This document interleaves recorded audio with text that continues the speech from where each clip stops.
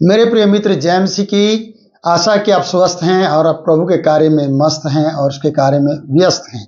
तो प्रियो, हम इन दिनों में उत्पत्ति की किताब और उसके 22 अध्याय के 20 पद तक आ चुके हैं, जहां पर नाहोर के वंशज की बात की गई है। और 20 पद हमें यह बताता है, इन बातों के पश्चात ऐसा हुआ कि अब्राहम को संदेश मिला है कि मिल्का के तेरे भाई नाहोर से संतान उत्पन्न हुई। और यहाँ पर उनकी पूरी डिटेल दी गई है, हम इसमें समय नहीं देना चाहेंगे, जबकि ये वंशावली हमारे लिए बहुत ज़्यादा जानकारी देने वाली है।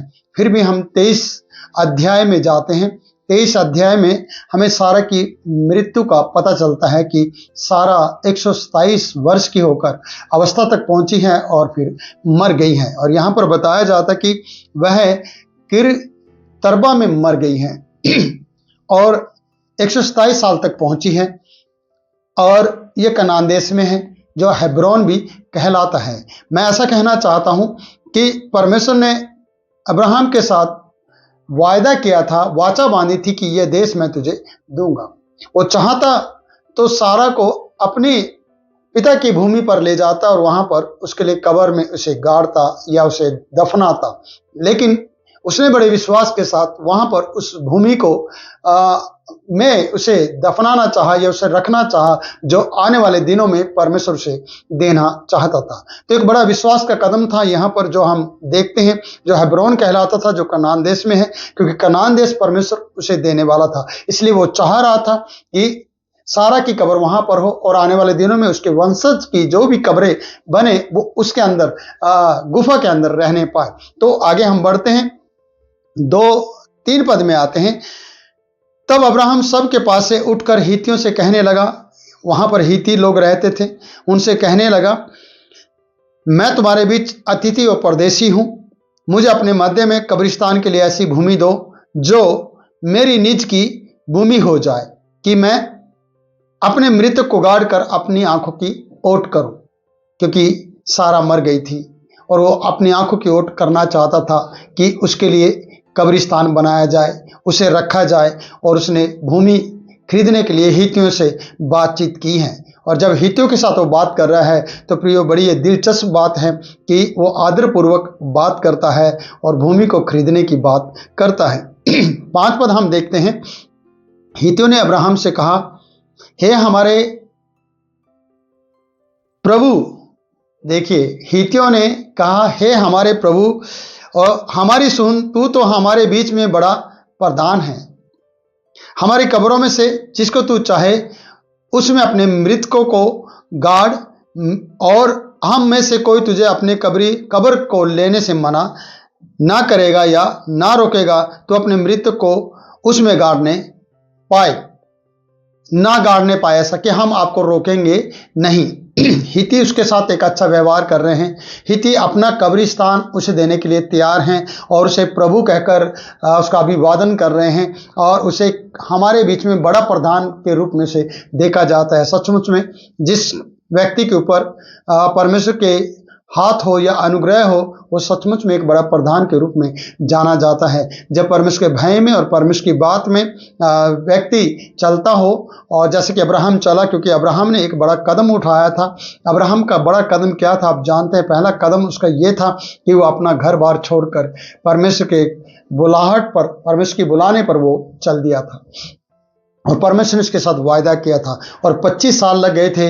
जिस वंश की वो बात कर रहा था वो वंश उसे अभी तक नहीं मिला था। और जब मिल गया था प्रियो, आप जानते हैं कि उसे फिर से 22वें अध्याय में परमेश्वर ने परीक्षा करके उस इसहाक को, जो उसका पुत्र था, उसे ले लिया, या लेने के लिए उससे कहा गया था। और उसने उसको देने के लिए अब्राहम तैयार हो गया था। और परमेश्वर ने कहा कि अब मैं जान गया हूं कि तू मेरा भय मानता है, कि तूने मुझसे अपना इकलौता पुत्र भी रख नहीं छोड़ा है। तो परमेश्वर जान जाता है। परमेश्वर के साथ और गहरे रिश्ते और संबंध बन जाते हैं उन लोगों के जो लोग उसके साथ ज्यादा समय बिताते हैं। जो परमेश्वर उनसे कहता है या मांगता है वो देने के लिए तैयार हो जाते हैं। उनका समर्पण ही परमेश्वर के साथ गहरे संबंध को बना देता है, जैसे कि अब्राहम और परमेश्वर के संबंध को हम देखते हैं। अब नहोर से उसके लिए वंशज पैदा हुआ है, या एक हम रिबिका को देखते हैं जो पैदा हुई है, जैसे खबर मिली है, और उसके बाद एक बुरी खबर है कि उसकी पत्नी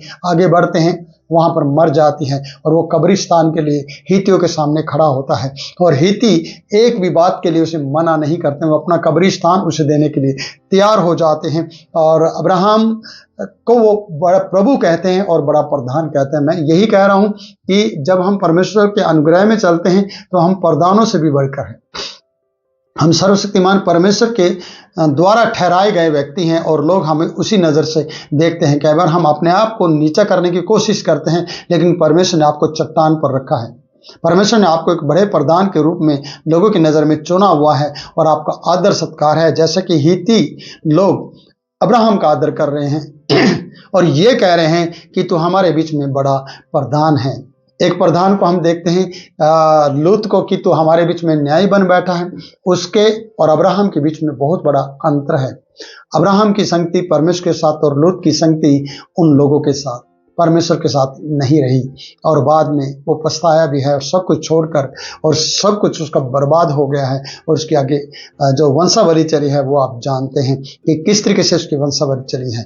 लेकिन यहाँ एक बड़ा प्रधान के रूप में अब्राहम को देखा जाता है, और ये सब लोग कह रहे हैं, हिती लोग कह रहे हैं कि हमारी कब्रों में से किसी की भी कब्र को तू ले सकता है, और अपने मृत को वहां पर गाड़ कर अपने आंखों की ओट कर सकता है। तो प्रिय, सब लोग इसे वोट देना चाहते हैं, सब लोग इसके बात से सहमत हैं, सब लोग इसके साथ हैं, और सब लोग इसको स्वामी प्रभु कहकर बात कर रहे हैं और बड़ा प्रधान के रूप में देख रहे हैं।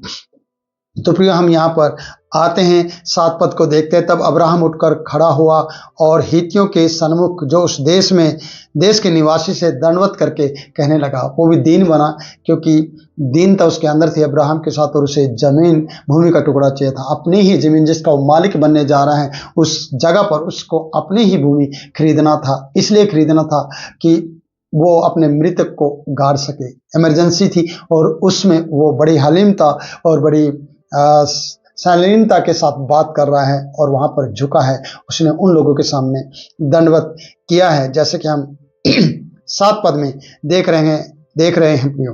और 8वां पद हमें यह बता रहा है, यदि तुम्हारी यह इच्छा हो कि मैं अपने मृतक को गाड़ कर अपनी आंखों की ओट करूं, तो मेरी प्रार्थना यह है कि सोहर के पुत्र एप्रोन से मेरे लिए विनती करो। 9 पद बता रहा है कि वह अपनी मैकपेला वाली गुफा जो उसकी भूमि की सीमा पर है, उसका पूरा दाम लेकर मुझे दे दे, कि वह तुम्हारे बीच कब्रिस्तान के लिए मेरी निज भूमि हो जाए। अब्राहम के मन में था कि वो निज भूमि अपनी बनाए, और वो अपना निज का कब्रिस्तान बनाए, जैसे कि हम नए नियम में देखते हैं उस कुरैनी के विषय में, कि जिसने अपना कब्रिस्तान बनाया था, अपनी गुफा बनाई थी, और उसने यीशु मसीह के लिए अपनी गुफा को दे दिया था। और वो आज तक गुफा में कोई भी मुर्दा नहीं है, वो आज लोगों के लिए घूमने का पर्यटक स्थान बन गया है।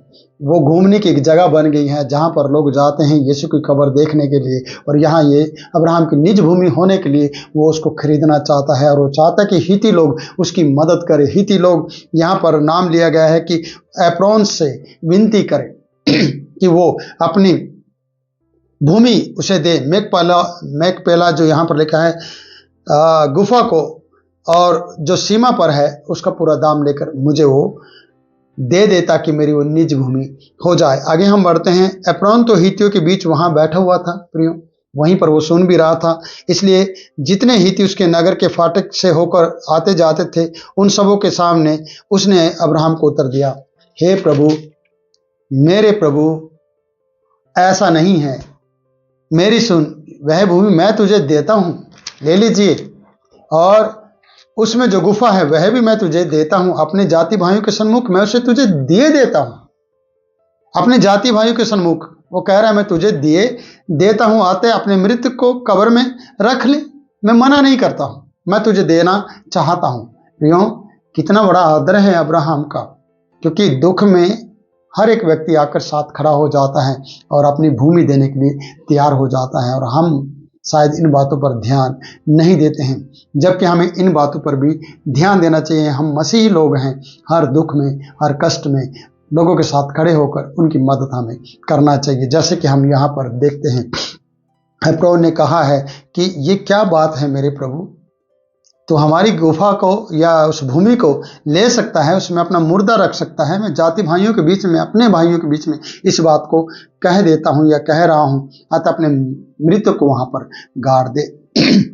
हम 12 पद में आते हैं प्रियो।